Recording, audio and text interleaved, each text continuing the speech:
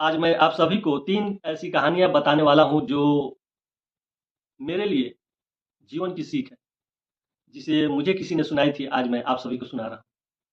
बस शर्त सिर्फ़ इतना है कि इन कहानियों का शीर्षक क्या होगा, आपको कमेंट में ज़रूर लिखना है।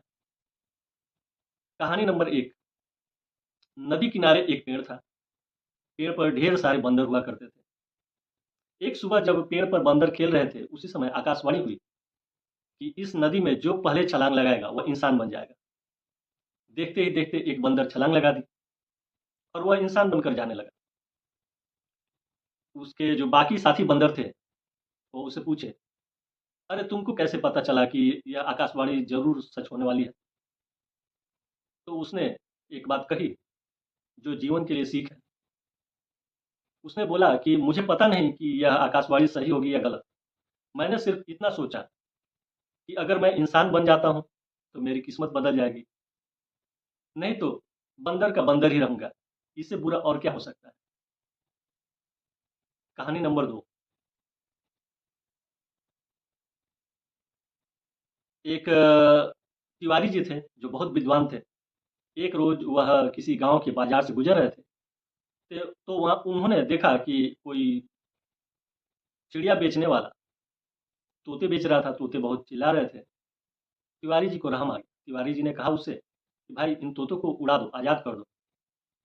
तो उस तोते बेचने वाले ने कहा कि इन्हीं से तो मेरी रोजी रोटी चलती है, इन्हें उड़ा दूंगा तो मैं खाऊंगा क्या? अगर हो सकता है तो आप इन्हें खरीद लीजिए, फिर आप उड़ाइए। तो तिवारी जी के पास उतने पैसे नहीं थे, फिर भी एक तोता उन्होंने खरीद लिया।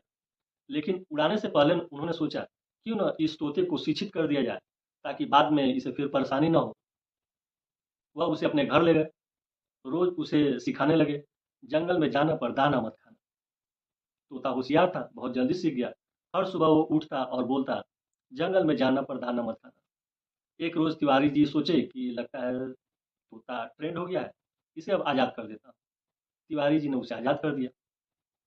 कुछ एक महीने बाद पता चला गांव में कोई तोता बेचने वाला आया है और सभी तोते इंसान की जुबान बोल रहे हैं। लोग उसे देखने जा रहे थे। तिवारी जी भी बोले कि मैं भी चलता हूँ। तिवारी जी गए, वहां पर जाकर देखे तो सभी तोते यही बोल रहे थे, जंगल में जाना पर दाना मत खाना। और उनमें तिवारी जी का तोता भी था। तो इस कहानी से सबक यह मिलती है कि ज्ञान सभी के लिए नहीं है। ज्ञान सिर्फ उन्हीं के लिए है जो उसे अपने जीवन में लागू कर सके। और कहानी नंबर 3। किसी जमाने में एक सातिर चोर हुआ करता था।